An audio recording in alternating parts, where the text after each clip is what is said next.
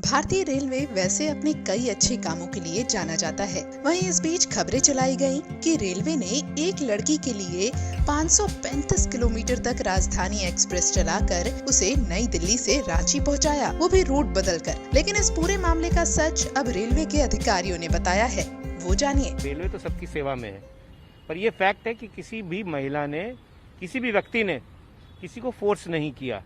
Train खाली rake थी जो कि जा रही थी, क्योंकि रांची से दूसरे पैसेंजर्स को जो दिल्ली वापस आना था, उनकी ट्रेन, वो पैसेंजर्स वेट करेंगे, तो ट्रेन को वैसे ही वापस जाना था। इसको खाली रेक बोलते हैं। उस महिला को शायद जब पता लगा ट्रेन जा रही है, तो उसमें वो गाड़ी से चली गई साथ में। उस महिला ने फोर्स नहीं किया। रेलवे हेडक्वार्टर से ऑर्डर्स भी गए थे कि खाली ट्रेन को मूव किया जाए रांची के लिए, तो वो खाली होके गई। मतलब वो उसमें किसी ने मूव नहीं किया। उसको महिला साथ में चली गई, उनको कुछ सुविधा अच्छी हुई, अच्छी बात है, पर उस महिला ने मूव नहीं किया। किसी एक व्यक्ति के कारण ट्रेन नहीं चलाई गई, ट्रेन वैसे ही खाली जा रही थी।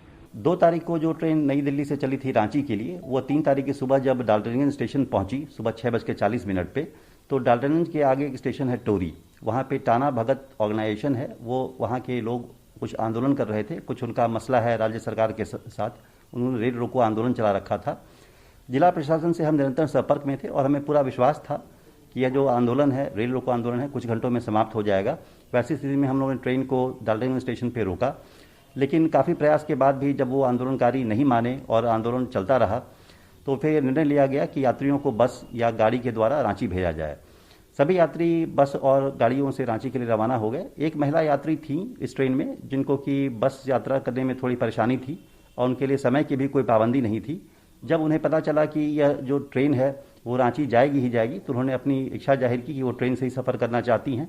हमने इसका स्वागत किया और उन महिला यात्री को सकुशल रांची पहुंचाया। महत्वपूर्ण बात यह भी है, जैसा कि आप सभी जान रहे हैं, कोरोना संक्रमण काल में कुछ ही स्पेशल ट्रेनें चल रही हैं।